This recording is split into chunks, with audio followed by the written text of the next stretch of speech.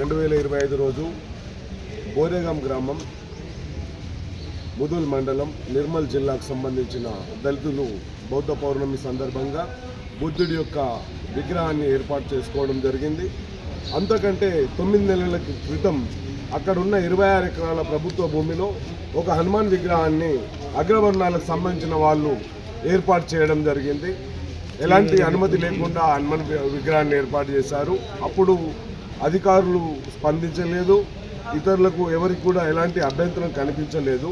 కానీ మే 12వ తేదీ 2025 రోజు బుద్ధుని విగ్రహాన్ని 70 మంది దళిత కుటుంబాలు ఏర్పాటు చేయగానే వాళ్ళ మీద మనువాదులంతా ముక్కుమ్మడిగా 1000 మంది దాడి చేసి మహిళల్ని, పిల్లల్ని, యువకుల్ని విచక్షణ రహితంగా కొట్టి మానవ మృగాల్లాగా ప్రవర్తించడం జరిగింది.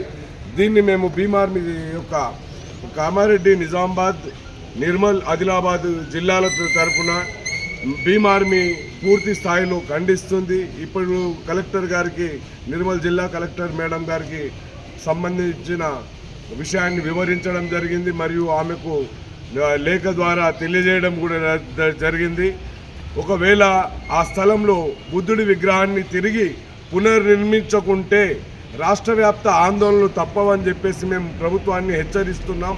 అధికారులు కూడా సుస్పష్టంగా ఎవరైతే దాడికి పాల్పడ్డారో ఆ 1000 మంది పైన అట్రాసిటీ కేసులు నమోదు చేసి వాళ్ళని కఠినంగా శిక్షించాలని, అలాగే అన్యాయానికి గురై దెబ్బలు తిన్న బాధితుల మీద అక్రమ కేసులు పెట్టారు కదా, ఆ దళితుల మీద పెట్టిన అక్రమ కేసులు ఎత్తివేయాలని చెప్పేసి మేము మా భీమ్ ఆర్మీ తరఫున డిమాండ్ చేస్తున్నాం.